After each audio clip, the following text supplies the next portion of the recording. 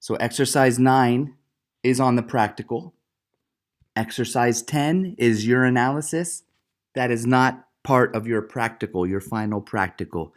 Yes, there's a quiz for exercise 9. There's a quiz for exercise 10 in D2L. But it's only exercise 9 that you should be focusing on when you're preparing for your practical. Okay? Make sense?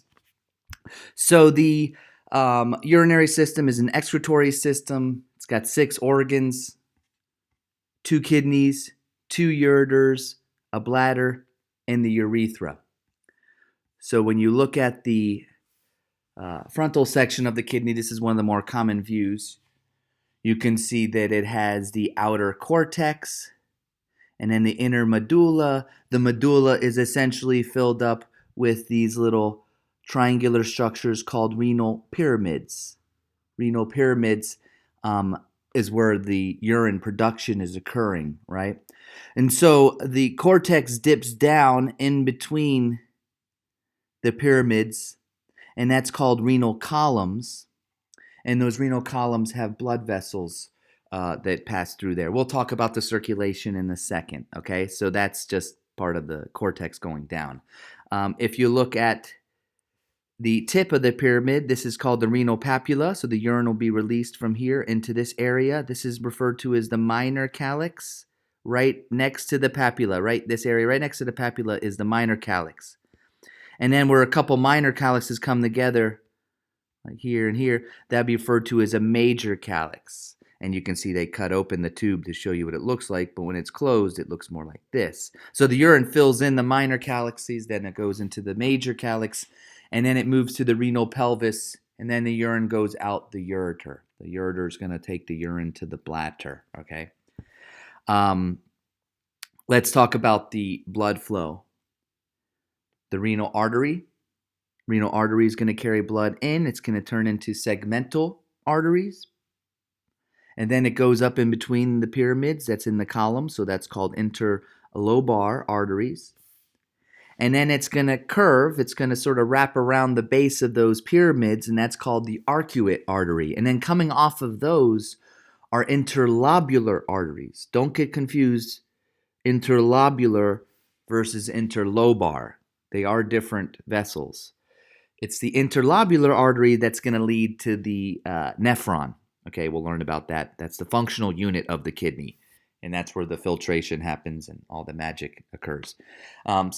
So from then, the veins return the blood. You'll see interlobular vein, arcuate vein, interlobar vein. You know, some books don't even mention segmental vein, so you don't have to worry about that, but there are some branches of the veins. Some books do refer to as segmental.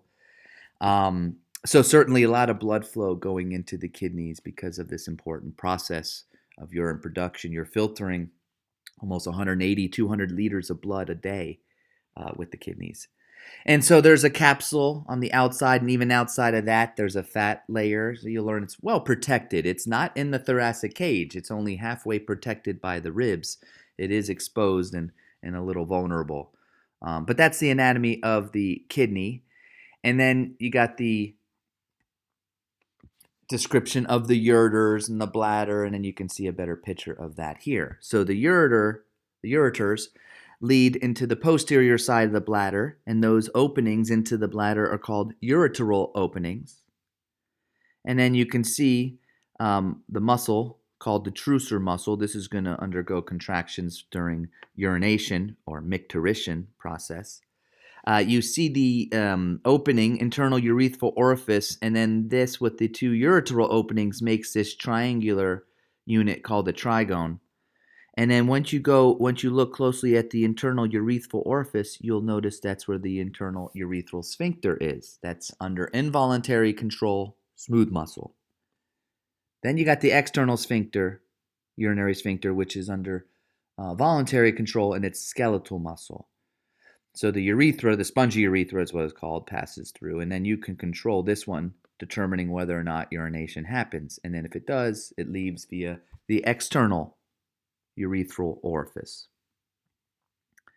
So let's talk more about the nephron. That's the actual functional unit of the kidney, and you got a couple million of these total. They consist of two major parts, the renal corpuscle, which is this glomerulus, this capillary network called the glomerulus, and there's this glomerular capsule. That whole thing is called the corpuscle. And then the renal tubules, that's all the tubes that you see extending from that.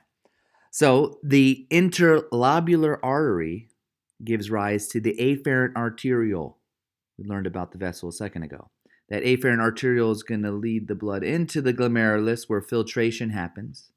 And then the efferent arteriole leaves the glomerulus and it goes into a capillary network that surrounds the tubes. It's called the peritubular capillaries.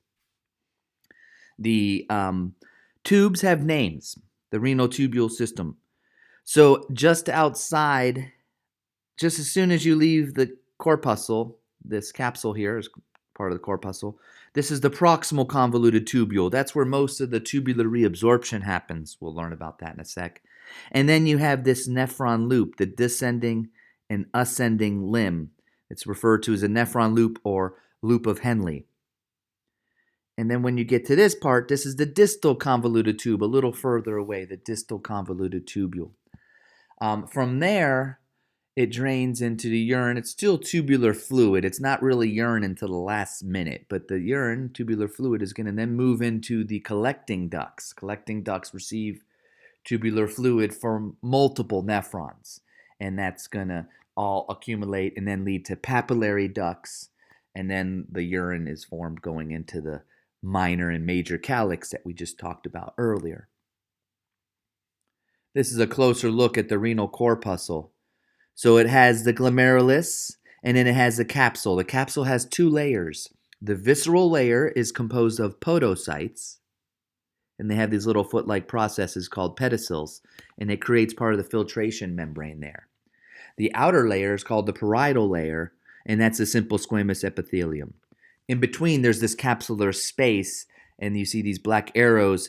That's where the filtrate is going to accumulate, and then the filtrate's going to move through here. So anything that's small enough to be filtered through this this membrane, the podocytes and the pedicels and the basement membrane that's there, anything less than about 10 nanometers will be filtered out and accumulating here, including sugars and water and amino acid. A lot of stuff is reabsorbed. Like most of the sugar, all the sugar should be reabsorbed. A lot of water, if necessary, will be reabsorbed.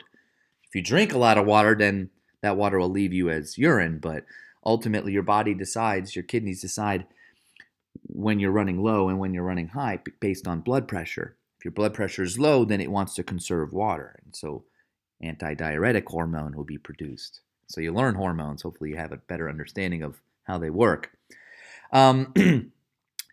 So what else I want to talk about here? So afferent arteriole comes in, efferent comes out, which will lead to the capillary network.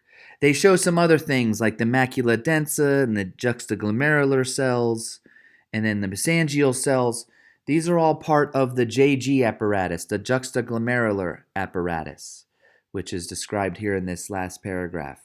This is the cells that monitor the fluid composition and the flow rate, and then adjust depending on if there's changes in pressure. And so you have erythropoietin, which controls red blood cell production, but renin, which is going to be produced in response to low blood pressure.